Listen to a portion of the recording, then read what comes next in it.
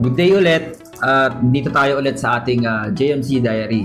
So pinuntahan tayo ng isang client at nagbigay siya ng isang project tungkol dun sa kanyang bahay at gusto niya i-design natin yung kanyang bahay, which is currently tinitirhan na nila, na less or minimal ang pagko-construct na medyo marumi since currently nandun sila at natutulog sila doon.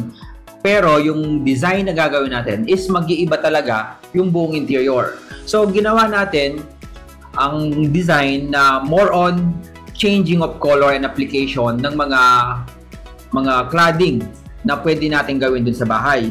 So nagsuggest ako na gawin natin na more on Japandi yung style. So it's just like white walls and lahat ng ating mga features, like for example mga doors and accent, they will be light color wood.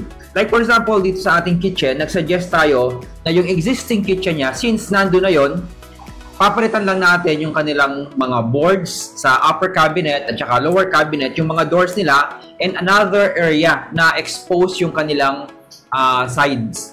So yung design natin ginawa is more on yung feeling niya is mas magaan since ganun yung gusto nating makita dun sa interior. So lahat ng kulay natin is light color, like yung walls and ceiling are white and lahat ng mga panels natin are light wood material. Pinuntahan namin yung site sa ating area na gagawan para makita natin kung ano nga ba yung mga dapat nating gawin at saka mga adjustment na kailangan nating sundin para makuha natin yung design na aakma dun sa nakikita natin. Dito ngayon tayo sa ating project sa San Fernando. Tinawagan tayo ng ating client para i-check yung kanyang bahay.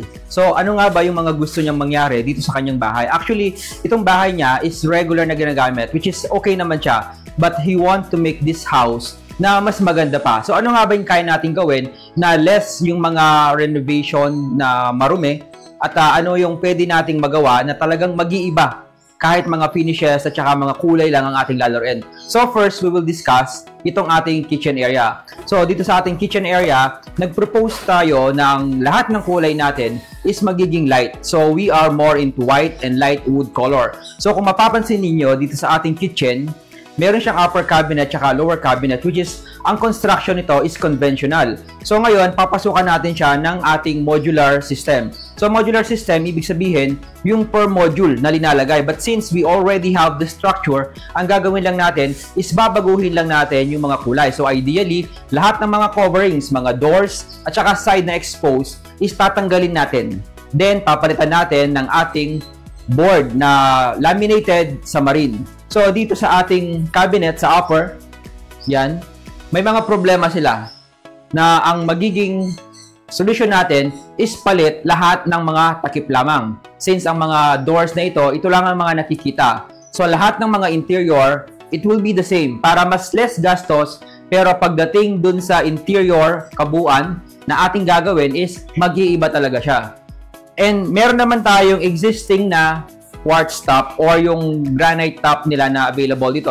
Hindi na natin yan tatanggalin dahil mas maraming gagastusin. So, ang target lang natin dito is to minimize the cost but to maximize the design. So, dito, magtatanggal tayo ng mga doors dito sa upper cabinet at saka sa lower cabinet. But hindi lang dyan matatapos yung ating pag-renovate. Siyempre, hindi lang yung kulay ang kailangan natin baguhin, pati yung ergonomics at saka function. So, merong request si client na magtatanggal tayo ng doors at maglalagay tayo ng mga drawers based yan sa mga requirements na kanilang ginagamit everyday.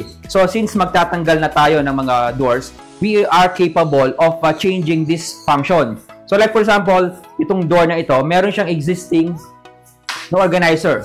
But dito sa function niya, napansin ni client na hindi na masyadong gamit itong organizer niya. At dito sa portion na ito. So, itong mga portion na ito yung papalitan natin ng drawer. And we will check yung design. Ano yung mas maganda na kulay at ano yung mas magandang function na magmamatch dun sa current na ginagamit nila. Yan yung actual site natin. So, after ng ating site check na personal, nag-come up tayo dito sa ganitong idea. So, ito yung idea natin na design. So, kung mapapansin ninyo, nag-retain yung mga structure ng ating cabinet and yung ating countertop, since medyo magastos yung pagpapalit ng countertop at maayos pa naman yung current na ginagamit nila, ang pinalitan lang natin yung ating upper cabinet at saka yung ating lower cabinet. So dito, tinanggal natin yung ang existing nilang island para lumuwang yung area. Then dito sa upper cabinet naman, pinilitan natin lahat ng doors nila. And sa lower cabinet, nagpalit din tayo ng mga doors. Pero since alam na ni client kung ano yung mga ergonomics at saka yung proper na doors at drawers na kailangan niya, so dito may mga doors at saka drawers na pinalitan natin para magamit niya ng aakma dun sa mga gamit na paglalagyan niya.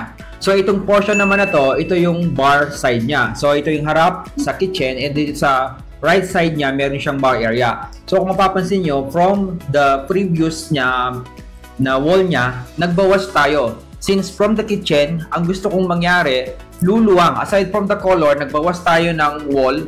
So hinati natin yung wall na ito na nasa dulo ng bar para makikita natin ng mas maluwang yung kanyang dining at saka living area. So itong bar kitchen na to, ito yung magiging replacement dun sa island. Tinanggal natin yung island, then yung function ng island, dinagay naman natin dito sa area na to, which is currently pinagpapatungan lang ng kung ano-anong gamit. So right now, sa design natin, masaserve yung purpose ng bar na ito. So ito yung bar design na ginawa natin.